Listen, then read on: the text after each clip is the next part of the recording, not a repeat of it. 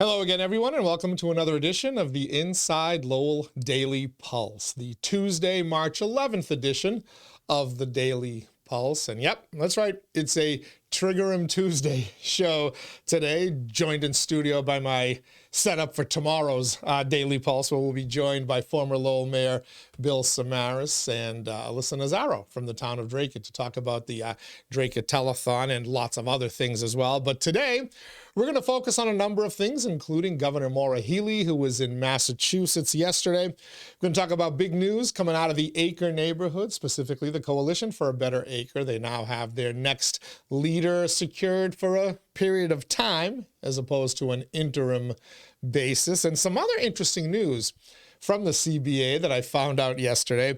And we'll also take a quick peek at tonight's Lowell City Council meeting. Tomorrow we'll get more in depth with that with former Mayor Samaras. But first, let me just quickly thank our sponsors of the Daily Pulse. Of course, Real Estate Ray Booten. He's a licensed realtor in Massachusetts and New Hampshire. He is a certified appraiser in both of those states as well.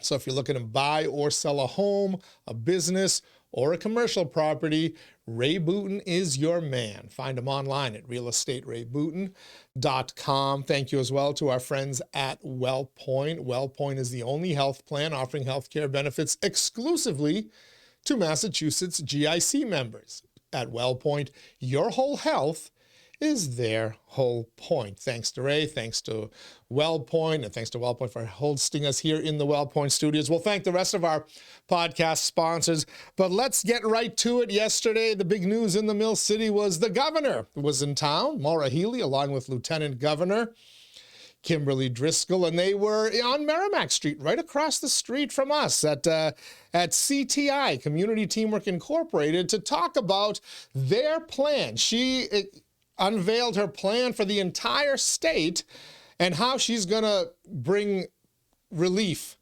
to ratepayers who are getting pummeled through their electric and their gas bills, specifically their delivery of those service bills. Why CTI? I mean, I know they have fuel assistance programs, but I don't know, weird setting for that. But either way, we're glad to host the governor here in Lowell, and we can really call attention to some of the things she said there, because there was a lot of stuff there that, you know, it sounds good, right? She's making a concerted effort here to help you, the consumer out there who's getting pummeled by the bills.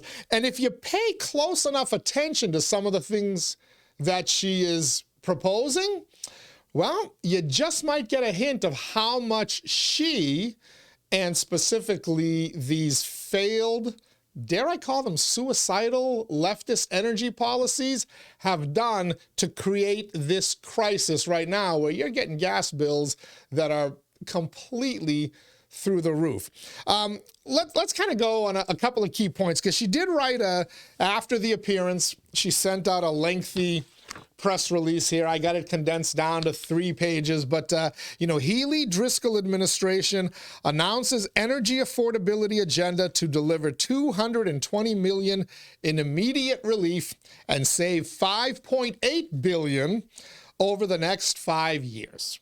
In April, electric residential customers will receive $50 off the bill. Mine is 800 something. So hopefully, $750 will feel good about that. I'm never going to say no to money. I worry about when I'm going to pay for it. Governor Healey also says she'll file legislation to advance energy affordability and independence.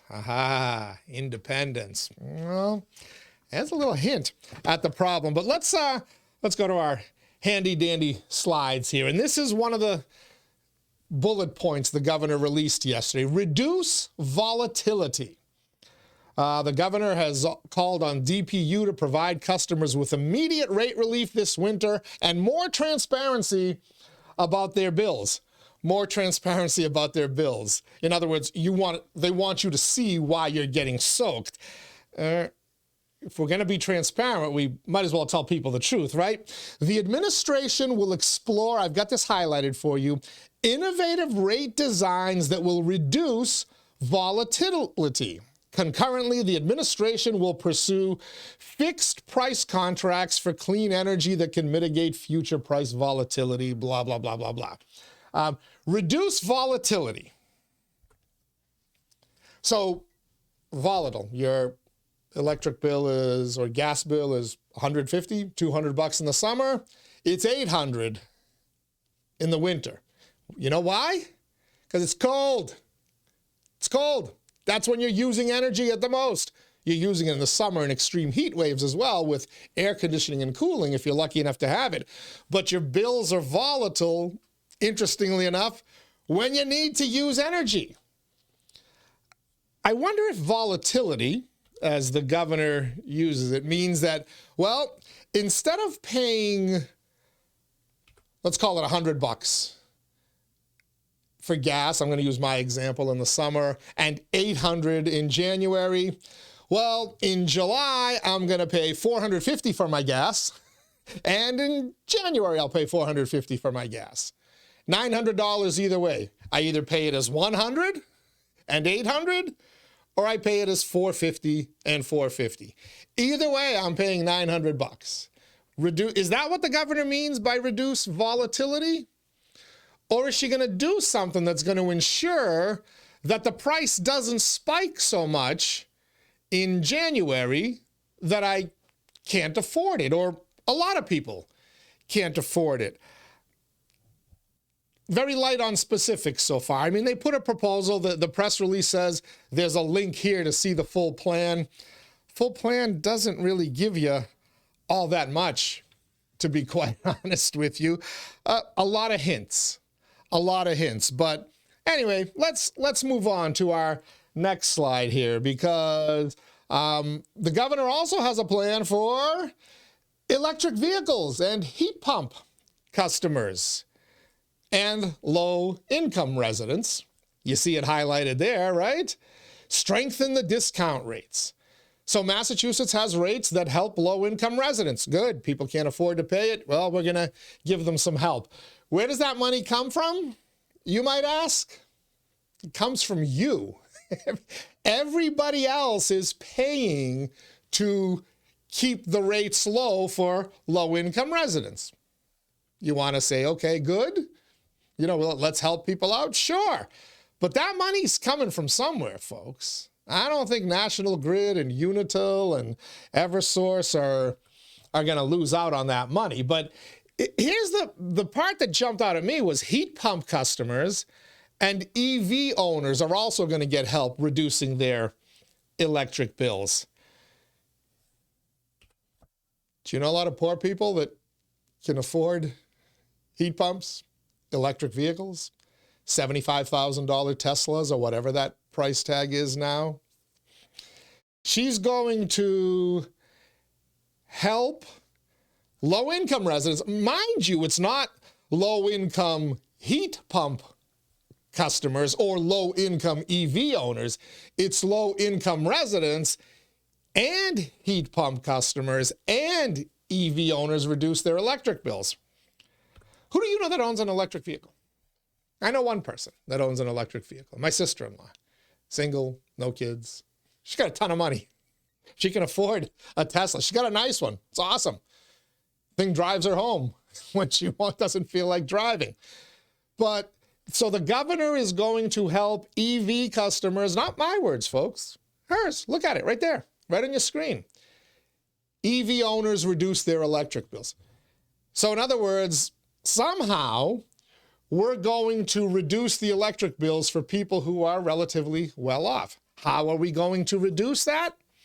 I'm going to guess that once again, just like you're helping low-income residents, just like your heating bill, electric bill, whatever you want to call it, is funding mass save programs and all these other programs, it's going to cost you. You are going to take the hit. But we'll see. Maybe it'll be good. Maybe I'm wrong. But here's the killer slide that I want you to pay attention to, and I'm going to call it up right here, because this was the one that made me wish that I was at that press conference yesterday. Unfortunately, I had a meeting scheduled, and I couldn't fit it into my schedule. But I do have some questions for the governor now, and I will be reaching out to her office because this one jumped out at me, and quite frankly, folks, this is the killer, and this is why you're getting killed. And it is an admission, without saying it, by the governor and everyone else around her, that this push for green energy, clean energy, is what is driving your fuel bills. Remember, heat pumps, EVs, electric vehicles, right? Right? That's a push for green energy, mandated in some cases, right? New homes in Massachusetts, new construction in Massachusetts that gets any kind of subsidized funding from the state or whatever needs to install certain energy efficient things. We're told they're energy efficient, although how efficient is it if your bill is going through the roof? And now they're acknowledging, we've cut the charade out that we're saving you money, right? Because the curtain has been pulled back on the wizard. There's no savings for you folks by going green. As a matter of fact, all the evidence is now pointing to the fact that this push for green energy, this push for zero carbon emissions, is what is fueling, pardon the pun, your skyrocketing energy bills. There are no ifs, ands, or buts about it, and you can see it right here because every Massachusetts electric residential customer served by Eversource, National Grid, that's us here in the Greater Lowell area, and Unitil, will receive a $50 credit on their electric bill. Yay! We're all getting $50 off our electric bill. Let's keep reading. To be good stewards, the administration is directing money back to customers from funds collected to support clean energy. There's your admission. They're collecting money. Your energy bill has charges on there to support clean energy. She just admitted it. So if you thought I was BSing you all these months, all these years that I've been telling you clean energy is costing you money, she just told it to you. And she's going to give you $50 back. Will I get a $50 bill, or will I get that in two 20s and a 10? Will it be in pennies or nickels? Or I don't know. But here's the killer, folks. Here's the killer line that pulls the curtain away from this entire charade. The state has determined that it can still achieve the goals these funds support and return approximately $125 million to customers. I assume the $125 million is how many residential customers times $50. Voila, there you have it. But the state has determined that it can still achieve these goals being the clean energy goals, aka zero carbon emissions, net neutrality, get there by whatever the years are that they have set, these suicidal energy policies. We can still achieve these goals while giving you money back. Question number one for Governor Healey. How did you determine this? How was it determined? Was there a study? Did you commission a study that said, well, let's take a look at, did we overburden people with clean energy charges to reach our lofty goals? I'll call them impossible to reach. You can call them lofty. You can call them attainable, SMART goal. You call them whatever you want. But she spelled it out for you. They're trying to achieve these goals, but we can still achieve these goals, it has been determined, by giving you extra money back, aka not charging you as much. How was it determined? Where was the study? Who did the study? What did the study show? Did the study show that, you know what, if we cut out $125 million from our clean energy things, we're still getting to where we need to be? So we get $50 back. What if we got $100 back? Did the study investigate whether giving us $100 back, thereby saving $250 million overall, could we still get to our goals with that? Maybe we should do a further study. What about giving us $200 million back? I should say $500 million back, right? And which would be $200 in our pockets. Can we still achieve our goals? What's that line? Where is that line, Governor Healey, that allows us to still achieve these goals while not soaking the poor people who are getting pummeled left and right? The poor people being everybody in Massachusetts. Low income, middle class, working people, everyone's getting hammered by these clean energy goals and rates. So how did we determine this? How did we determine, what was the epiphany? What was the epiphany? The cynic might say the epiphany for the governor was that people have lost their minds and her popularity ratings have plummeted, that she can't sustain this. The state, the Commonwealth, the residents of the Commonwealth, the taxpayers of the Commonwealth can no longer sustain these heating bills, these electric bills, in the pursuit of the green energy god. It was determined. How was it determined? When was it determined? That's another good little follow-up, right? When was it determined? Was it determined just now? A week ago? 2 weeks ago? 6 months ago? I mean, again, the answer to that would be, when was the study commission that told us this, right? How long did they know? If it was 2 weeks ago, like, okay, well, they just discovered new info. Did they know this 6 months ago? Could they have saved you all this money over the last 6 months? Could they have made these changes a year ago, 2 years ago? Can they make these changes permanent going forward? Can they make them bigger?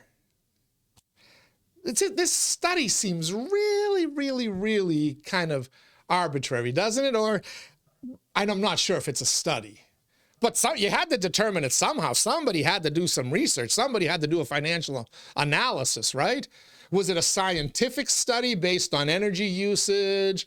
How much CO2 we reduced? How much we're gonna reduce? How much we are currently reducing? Where's the basis? Is this a really scientific analysis of the energy issues? Or did we just pull this number out because, yeah, that's what we could get National Grid to go for? They'll give you back $50, but that's it. They're not going any further. Where was this information determined, by who and when? These are important questions, and they point to the fallacy of this push for net zero carbon emissions. This is what it's all about. Can we achieve these goals and not spend through the roof? Because remember, when they pitched you green energy, clean energy, they told you it would save you. And even in her press release, and even in her release, and you can go find it on the Massachusetts government website, the link is on InsideLowell.com to that press release from yesterday. You can follow it. So they keep talking about green energy, clean energy, EVs, heat pumps. They're not talking about your efficient gas boiler, are they? Right? They've driven up the cost of fossil fuels, which still supply most of your electricity and most of your heat. Because wind and solar, despite all these investments, despite all this money they've pumped into it, can't meet the demand. It can't. And if somebody tells you it can, they are lying to you, folks. They're lying to you. And you see it because the price skyrocketed because it has to. These green energy, these clean energy technologies are not ready to meet modern 21st century energy demands, and they're gonna be nowhere near ready to meet the artificial intelligence AI revolution, which has massive companies throughout the world and governments throughout the world talking about a massive growth in nuclear energy to meet these demands. They're lying to you. They've been lying to you. You're paying more and your energy grid is not as reliable and it can't meet the demands. And the price is just going to keep skyrocketing. It's just going to keep skyrocketing. Because, you know, we're firing up coal, gas, oil. We're firing up all sorts of things to meet our energy demands here in New England, in Massachusetts, in Lowell. And the price is still skyrocketing because they're trying to force the system over from fossil fuels to clean energy. And they can't do it. They can't meet the demand. And you know how you know they can't meet the demand? Because Europe has already told us that. One more slide for you. Let's go to Politico. Let me shut down these screens. And this is a Politico story, by the way, a left-leaning site, from September of 2024. And it talked about the crisis, the energy crisis in Europe, how they cannot meet their demand. Germany is kind of the leader in the clubhouse with wind energy. Germany went all in on wind energy, just like we're kind of doing a little bit here with all these, you know, offshore wind farms and your beautiful view of Boston coming in and out of the cities now got windmills and all this. But here's Politico, not Teddy Panos, not Fox News, not some right-wing publication, some left-wing publication telling you what's happening in Europe. A troubling new normal where energy prices are double those of overseas rivals. Overseas rivals would be North America, probably South America, right? So as bad as we have it here, Europe has it worse. And Germany has it worse because, let's face it, the Europeans don't have enough fuel supply. They don't have enough fossil fuels. We're lucky here in America. We still have an abundance of gas and oil and other types of burning fuels, and Russia has them, right? This was the point of the article that I've highlighted for you here was how the Ukrainian war kind of hamstrung the Europeans originally, and you can see it at the top. Eventually, costs receded, because leading up to that, they told you how the costs skyrocketed, and we blamed Russia's invasion. It was all Russia's fault. Russia invaded Ukraine. As a result, your costs went up. But there you have it. Eventually, costs receded, relief came, but things didn't return to pre-war level.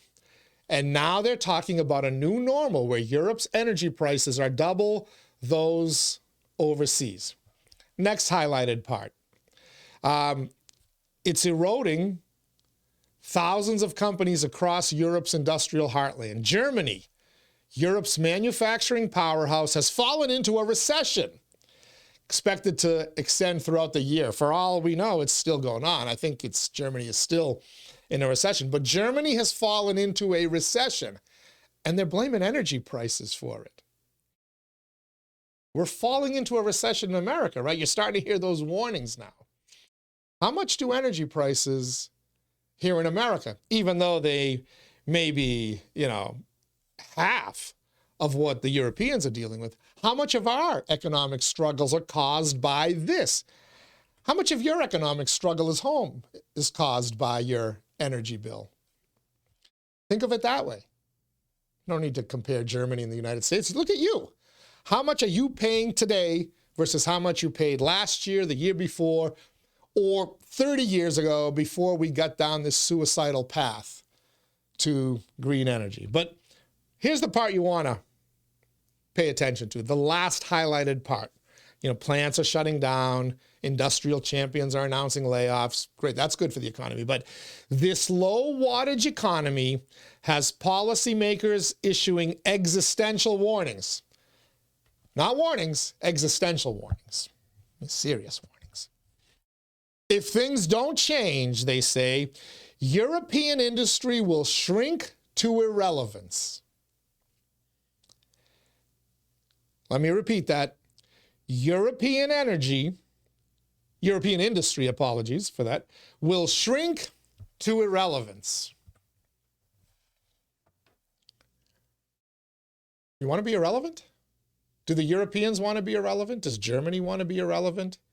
Do you want to be irrelevant here in the United States? Or do you want to start changing some of this so you don't become irrelevant? Who wants their country? Who wants their homeland? Who wants their continent to be irrelevant? They knew these things. The Europeans knew. The Europeans didn't just wake up in September of 2024 and realize what was happening to them.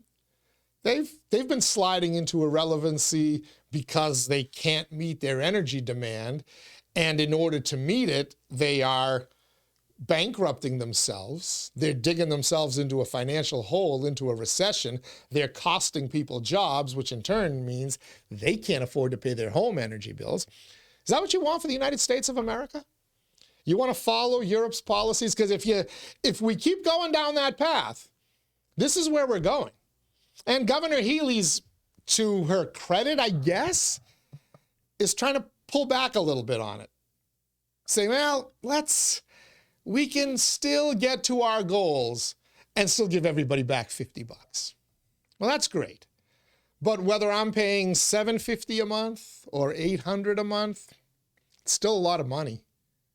Still a lot of money. For you out there, it's still a lot of money you're paying. So great, she'll save you $50. Chances are you'll pay it on the other end. But is this what we want? Is this smart to continue going down this path? These are the kind of questions Governor Healey needs to answer. Especially that study, because if that study that they got to determine if they did a study, or if they just pulled it out of thin air. Here, we can still meet our goals. Here's $50. Shut up. Pay no attention. Pay no attention to the man behind the curtain, right? Why are we doing this? Why? Do we want to destabilize our economy? Do we want to destabilize our country? Do we want to end up like the Europeans, totally at the mercy of Russians and their actions? Y'all hate Putin, right? But you're putting yourself at the mercy of him, right? Why would the Europeans do that? Why would we as Americans want to do that to ourselves? Think, people. Think. You're tuned into the Daily Pulse. It's Tuesday, March 11th, 2025. It's a Trigger 'em Tuesday. I think I've triggered the environmental folks enough. Let me see if I can trigger some folks a little bit closer to home. First, let me thank our Daily Pulse sponsors, Ray Booten, licensed realtor in Massachusetts and New Hampshire, certified appraiser in both states as well. Find them online, realestaterayBooten.com. Thank you to our friends at WellPoint. At WellPoint, your whole health is their whole point. Washington Savings Bank, banking that feels like home. Make the switch now to Washington Savings Bank. TMI Properties, quality and value at every price point. Find your perfect space with TMI.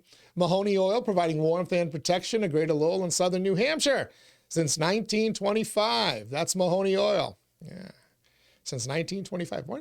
Why did the governor go to Mahoney Oil for that press conference yesterday, right? Greater Lowell Community Foundation, improving the quality of life in Greater Lowell through strategic, impactful philanthropy. Francis E. Preventure Insurance, insuring your most trusted assets since 1982.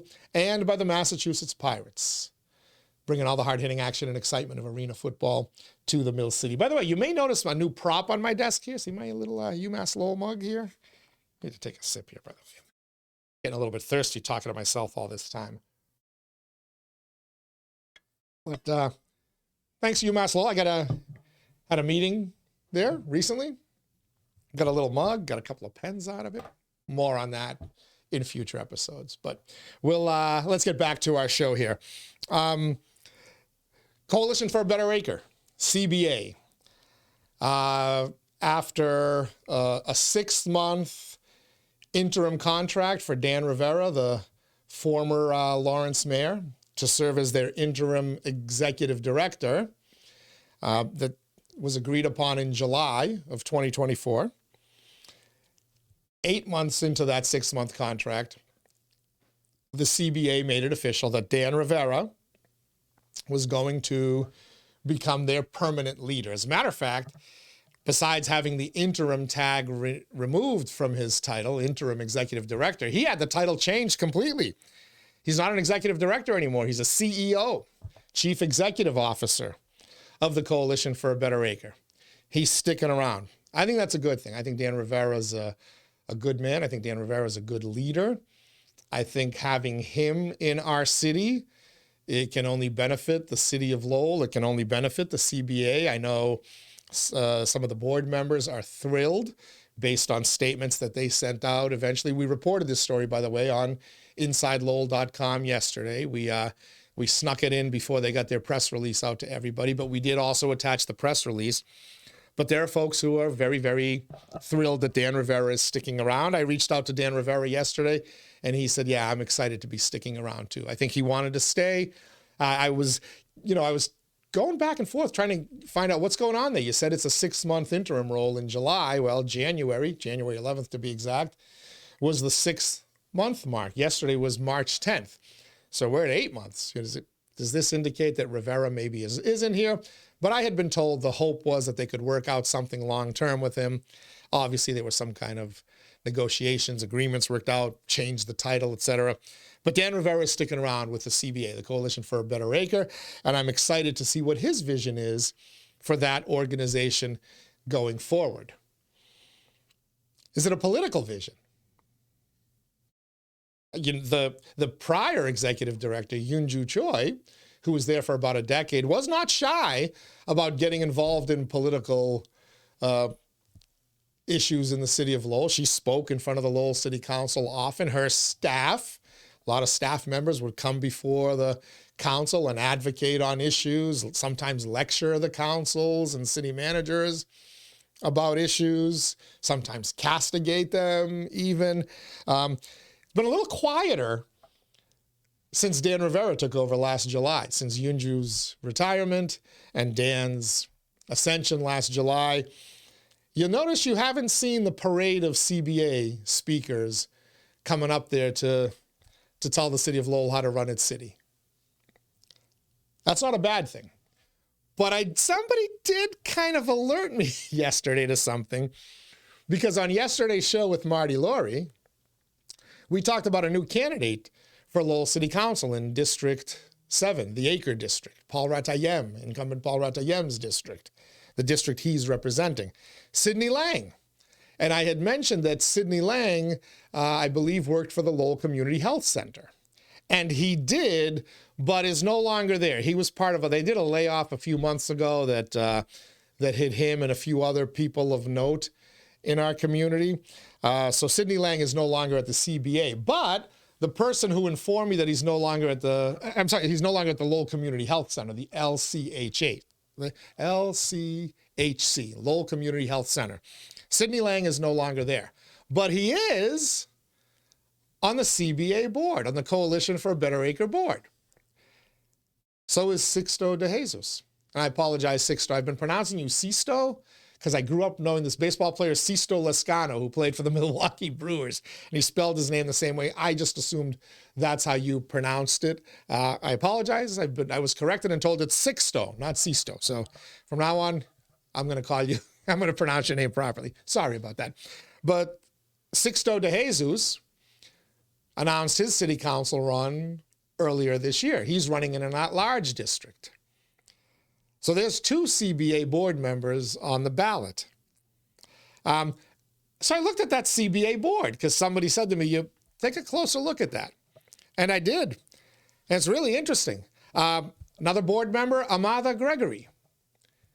She ran for city council in 2023. She ran in District 4, the downtown district, challenging incumbent Wayne Jeunesse, who emerged victorious in that race.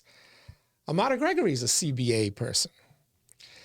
And I'm also hearing there's one more person on that board And I'm not going to release the name because I've reached out to him but haven't heard back, so I don't want to throw this wild speculation out there. But I'm told that there's one other CBA board member seeking office this fall in the city of Lowell, but they haven't made their candidacy public yet. But I've heard it now from multiple people. This would be actually a school committee seat, I'm told, is what this person is running for, as opposed to city council. But that's a really politically active board, huh? CBA, Coalition for a Better Acre. Coalition for a Better Politics in Lowell. By the way, good people. I know 𝗧𝗿𝗶𝗴𝗴𝗲𝗍 a little bit. Really, really good guy. Good dude. I can't wait to hear his ideas. Sidney Lang, I've met once. We've talked. I see his Facebook persona. He's more fiery, more combative, which is a good thing. I like disruptors. I like people who go in and upset the apple cart, want to change the status quo. Amada Gregory, nice enough woman, but didn't, ran for council, got on the ballot, and then kind of ran from campaigning. And the other person I know as well, really good person. But what's inspiring all this nonprofit board politicking all of a sudden? It's a weird time for it, right? Based on what's happening in Washington, D.C. and the NGOs, the non-government organizations, and all of them getting their funding, and now maybe getting their funding slashed, getting it slashed, fighting legally to get it back. There's a lot of stuff going on with NGOs, non-government organizations. Nothing against any of these people that I just mentioned. Again, they're all good people. But what I want to know is this about nonprofits? Do we want to make Lowell more reliant on nonprofits? Or do we want to move the city towards a more economic development engine as opposed to the nonprofit industrial complex, as I call it? I've been making fun of it forever. No secret here, folks. But I believe that Lowell's nonprofits got a little bit too big for their britches over the last decade or so. I believe that the city council started adopting policies that were more in line with the nonprofit world than with the average citizen of Lowell. The homeless debate was the housing debate, the banning overnight camping. That was all, well, are we going to take care of 200 people in the city who may be in a position where they can't be helped anyway, or certainly don't want to help themselves? Or are we going to look out for what's best for 120,000 people in Lowell? And I get there's a space for nonprofits, right? You gotta help people. We got to try to help people while they're living in poverty and lift them up. And there's nothing wrong with that, right? But when you have perpetual poverty, generations of poverty, well, now you got to wonder, well, is that money being used properly? Is the mission of some of these nonprofits working? The Acre has improved as a neighborhood significantly under, a lot of the things that the CBA has done, the Coalition for a Better Acre. But it has been a while since they've built something in there, right? That's why I'm curious if Dan Rivera is going to take it into a new direction, and whether, Dan Rivera is going to be able to make it more of a development tool to get people good paying jobs, to help uplift them and get them out of poverty, thereby improving the neighborhood in the process, but more importantly, improving people's lives. The Dan Rivera I know from Mass Development, the Dan Rivera that I've spoken to from heading Mass Development when he left being mayor of Lawrence, when Governor Charlie Baker appointed him as president and CEO of Mass Development, that's the Dan Rivera I know. And I'm hoping he does that. I'm just curious how the politicking is going to go with so many board members running for office. If they're elected, I would assume they have to step down from those boards, right? But it'll certainly be quite the conflict of interest. But I'm curious where these candidates stand on some of these issues. All right, tonight, Lowell City Council meeting. We're going to wrap up this Trigger 'em Tuesday show. Very busy agenda. 16 city council motions alone. Most of them not controversial or overly dramatic, but one will be. There'll be a discussion about rescinding the vote to demolish the Smith-Baker Center, or as I like to call it, the Smith-Baker-𝗏 McCarthy Center. After my friend, the hyphen, Michaela Huntis-McCarthy, because her family's been central in the effort to trying to save it. But Councilor Johnny Dakota is trying to kind of give some time to people to see if they can come up with a plan to save it. I don't know if the votes are there. I wouldn't believe that the votes are there to save the Smith-Baker Center, to go back on that vote, because the city council took a vote to tear it down. They wanted to demolish it and move on. Are there 6 votes to rescind that effort and give some more time for the group that's trying to save it now to go in there? But it's also going to have to give other groups the chance to go in and get in on the bidding process and whatnot. I don't think there'll be a stampede to save it, although you never know with with the whole front runner city designation. Maybe the dynamics have changed. Maybe the economics have changed. But that's the motion to keep an eye on tonight. And on social media, there's been some back and forth about this situation. Councilor Corey Robinson, and Councilor Dakota, who were at odds last year during another meeting, and then a social media /media back and forth afterwards. Councilor Robinson has wondered why Councilor Dakota has gone back on his vote now. Why? He's basically saying, well, it's an election season, so he's going back on it. It's an election season. People go back on their votes a lot of times. I've seen it a handful of times over the last several years. People change their minds on votes. But that one could be fun tonight. If some of that acrimony on social media comes out in the council chambers tonight, that will be reason alone to watch it. The other interesting thing on the agenda, and again, there's a ton of stuff on it. There's a MSBA grant thing, a bunch of schools that are listed. There are a bunch of other manager responses. The 311 system is up and running as of this morning in the city finally, but there's a report on that, so that's a good thing. But what you will not see is yet another executive session. And Manager Golden had hinted about it last week. He had mentioned it, that the council's going back into executive session regarding 𝗧𝗿𝗶𝗴𝗴𝗏 and that Hamilton Canal Innovation District. Well, there's a bunch of parcels that he owns that he's made a proposal to build on. The proposal does not match the contract that he signed to purchase those parcels.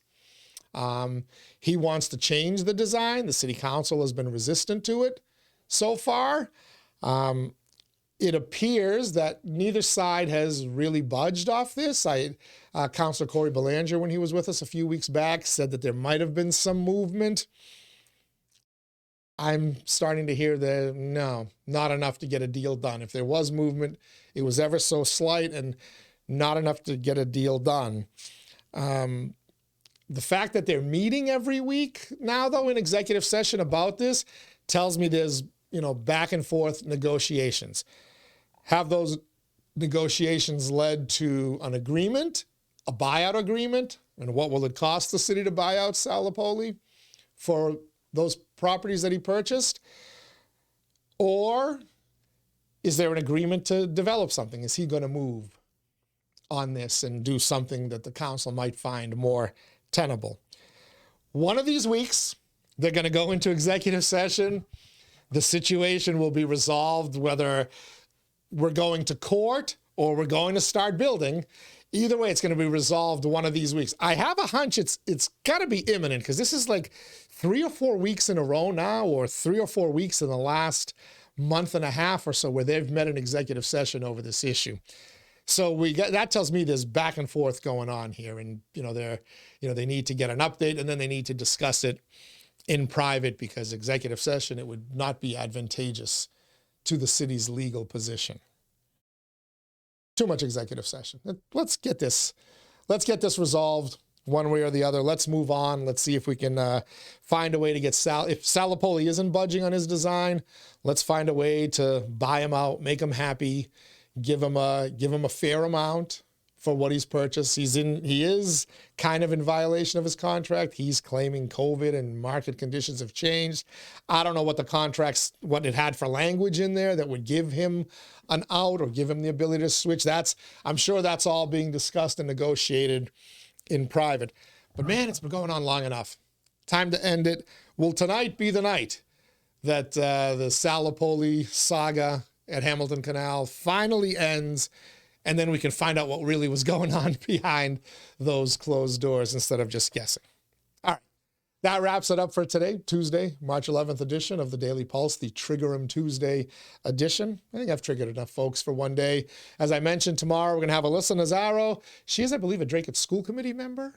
She serves on one of those boards, either selectman or school committee. I think it's school committee, but she's going to come in to talk about the annual Dracut Telethon, great thing. And then Bill Samaras, former Lowell Mayor, City Councilor, former headmaster at Lowell High, back when you can call that title the headmaster. Now it's called head of schools, I believe. He's going to join us as well. We're going to recap tonight's city council meeting. We'll look at some of the other big issues going on in the city as well. So it's going to be great to have former Mayor Samaras in here in the WellPoint studios for the first time. Of course, it's always great to have you folks here in the WellPoint studios for the Daily Pulse. As we like to say, the Daily Pulse. We're keeping our finger on the pulse of Lowell and the world around it. Till next time, stay safe, everybody, and enjoy another gorgeous spring-like, dare I say it, spring-like day. Be well.